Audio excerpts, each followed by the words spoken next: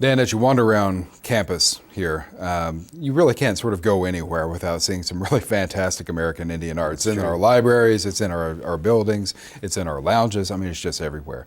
But maybe the folks who we kind of most closely associate, the artists that we most link up with the University of Oklahoma, are the Kiowa Five or the Kiowa Six. Right. And I know that you know a lot about the Kiowa Five and Kiowa Six. Could you tell us a little bit? It's something that we'll talk about because it's just so central and so important to the story of Native Oklahoma.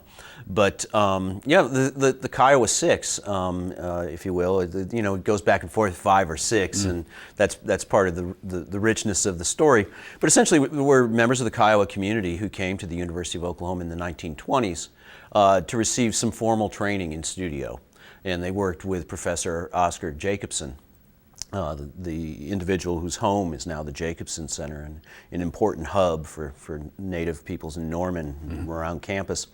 But this was a watershed moment, if you will, in that through the efforts of Jacobson and others in the Southwest and in the urban areas of New York, became interested in Native painting, and ultimately were able to carry it rather quickly to an international audience through exhibitions and publications, largely focused in Paris, beginning there. But in many ways, this is indicative of sort of the merging of Native American painting traditions that extend far into history. Like with ledger art? Exactly. And earlier even. Yeah, and it's very rich. We're probably most acquainted with sort of this documentary aspect of men's art, or sometimes it's referred to as warrior art, because it came to be focused in the 19th century on chronicling the martial exploits of various warriors and leaders. But it's much richer than that, in that there's an amazing body of symbolic and abstract works, largely affected by women in traditional Plains societies, that bring greater diversity and depth to these modern painting traditions that we're talking about. But it really did gel here in Oklahoma. In many ways, you could make a case that Oklahoma, as you said, was the cradle for Native American literary traditions. We could definitely make a very strong case that Native America is the home, the genesis, if you will, of easel painting among Native peoples, which today is probably, one of the best known aspects of contemporary Native culture internationally. Okay.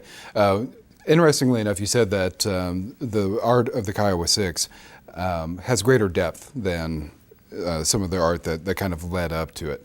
At the same time, people talk about it as flat art. Could you tell us a little bit about the style that we're looking at there? This concept of flat, it really just speaks to the fact that these works are very two-dimensional.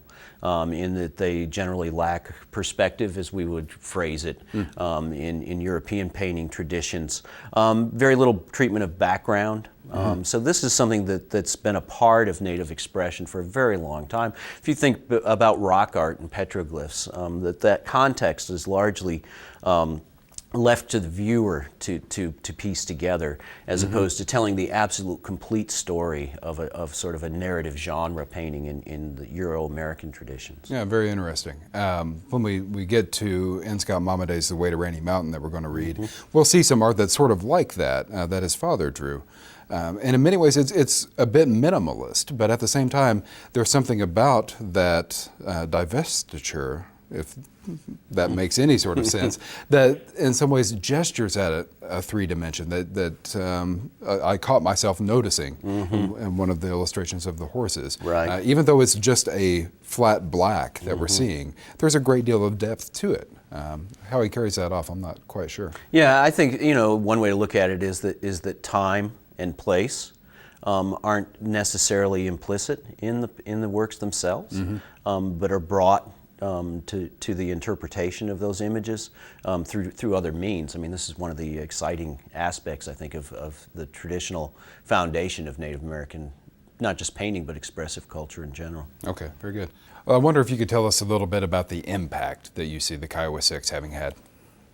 Well, I mean, in some ways, they established the mark with respect to Native American easel painting for several decades. And some will argue, I think, quite effectively, that the other side of this, it's all double-edged, right? In that Native peoples were largely constrained, and that I think a case can be made that the individual creativity and the insight and the innovation was somewhat dampened for a very long time as people outside of Native communities came to define what is and what isn't Native art. So the marketplace quickly came to dictate. So I mean, this is something that Native artists have to deal with on an ongoing basis. Is you know, if you're not painting teepees and war bonnets, are you painting Native genre scenes? Or so I mean, it's just become so complicated and unnecessarily so. We don't impose those type of constraints usually on artists. We tend to think that artists are free to express themselves and should be consistently innovating. Absolutely, absolutely. That's part of what drives it. Okay. Well, maybe we'll get to see a little bit of both the old and the new here coming up. Absolutely. There's a rich body of work, as you said, here at the University of Oklahoma to draw from. Yeah, great.